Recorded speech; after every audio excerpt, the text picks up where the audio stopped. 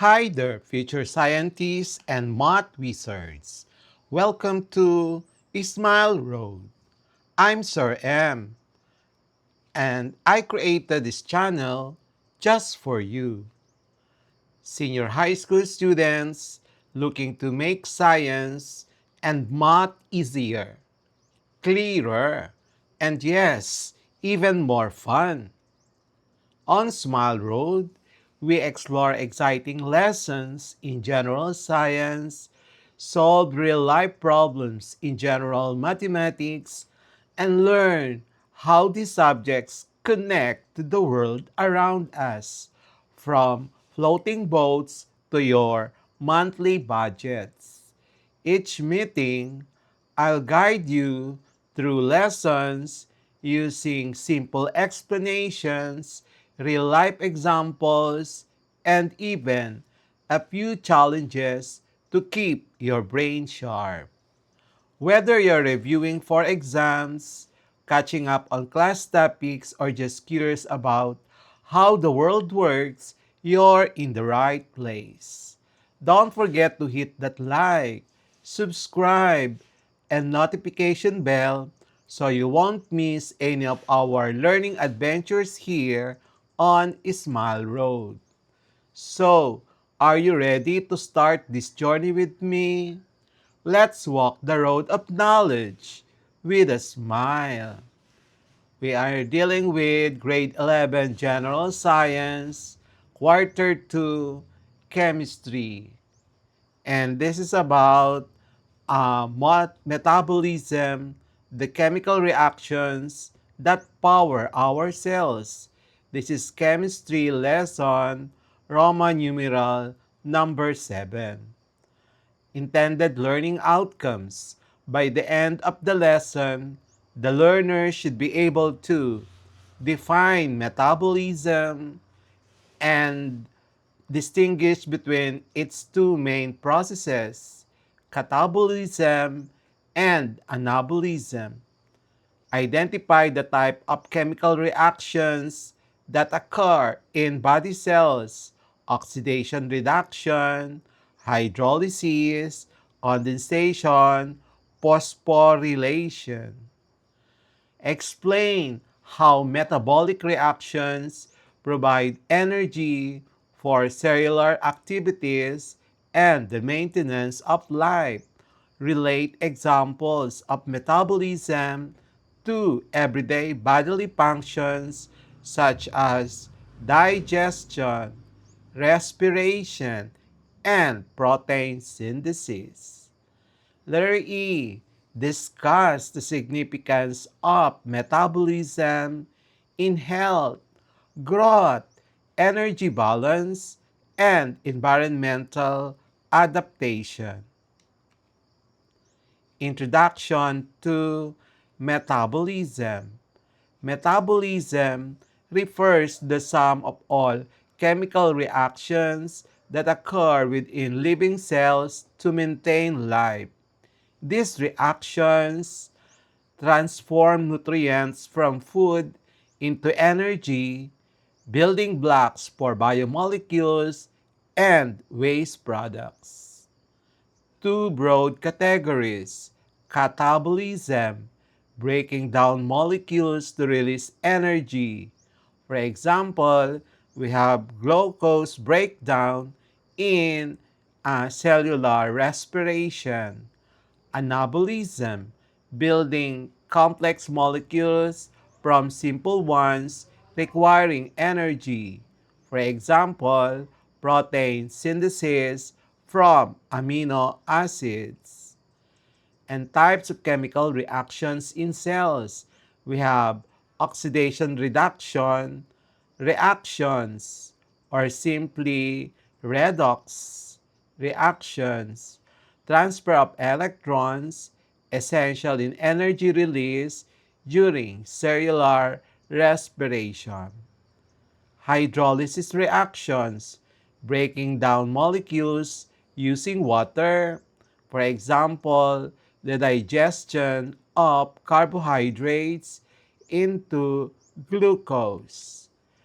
Condensation, a dehydration synthesis, combining small molecules into larger ones by removing water, joining amino acids to form proteins. And then phosphorylation, the addition of phosphate group, critical in energy transfer, for example, ATP cycle. Key metabolic processes, cellular respiration, catabolic process where glucose and oxygen produce ATP, carbon dioxide, and water. Photosynthesis in plants, indirectly insignificant to humans, provides glucose and oxygen, the basis of human metabolism. Protein synthesis, anabolic process where ribosomes assemble proteins essential for structure and functions. Lipid and carbohydrate metabolism provide long-term and short-term energy sources. Significance of metabolism, energy supply, fuels muscular activity, nerve transmission, and body temperature regulation, growth and repair. Anabolic reactions build tissues, enzymes, and hormones. Homeostasis maintains balance in pH, temperature, and chemical concentration. Detoxification and waste removal. Liver enzymes metabolize toxins. Kidneys excrete metabolic wastes. Adaptation. Metabolism changes under fasting, exercise, or illness to maintain survival. Everyday examples in our household products. Energy drinks affect metabolism by supplying glucose or stimulating enzymes. Industry, fermentation, which is a metabolic process, is used in producing bread, alcohol, and yogurt. Environmental science, microorganisms metabolize pollutants, aiding in bioremediation. Practice problems for chemistry lesson, Roman numeral number 7, metabolism, the chemical reactions that power our cells. Number 1, explain the difference between catabolism and anabolism and give an example of each process in the human body. Given, catabolism and anabolism are the two types of metabolic reactions. Required, explain the difference and provide examples. So solution, catabolism breaks down complex molecules into simpler ones, releasing energy. Example, digestion of glucose. And then anabolism builds complex molecules from simpler ones, requiring energy. For example, protein synthesis from amino acids. And the final answer, catabolism is the breakdown plus energy release. Example, glucose breakdown. Anabolism is the build up plus energy use. Example, in the protein synthesis. Practice problem number 2. During cellular respiration, glucose is broken down. Write the general chemical reaction for cellular respiration and identify the reactants and products. So we're given cellular respiration breaks down up glucose and then required. We are asked to write the general chemical reaction and identify the products and also the reactants.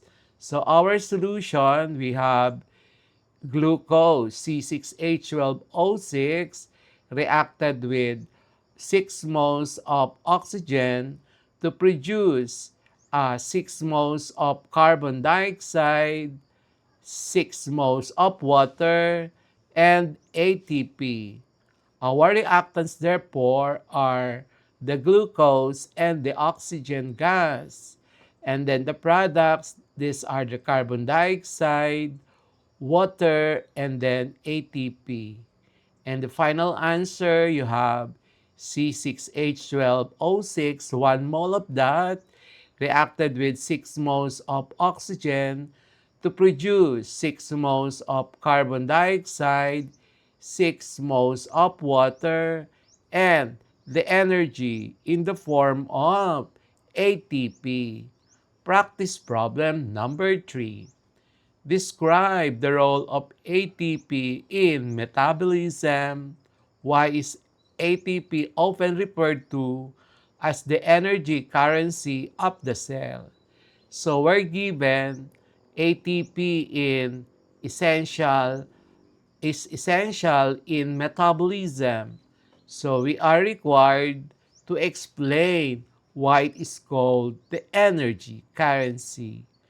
Our solution will be ATP shows energy in high energy phosphate bonds and release it when broken down to ADP, adenosine diphosphate. This energy powers cellular processes, the muscle contraction, is the active transport, biosynthesis. The final answer, ATP is the energy currency because it stores and transfers energy for metabolic reactions. Practice problem number 4. Explain how enzymes regulate metabolic reactions in cells. Given, enzymes affect metabolism. And then required, explain how enzymes regulate reactions. So our solution, enzymes lower activation energy, increase reaction rates, and allow specific reactions to occur efficiently. They can be regulated by inhibitors, or activators. And the final answer,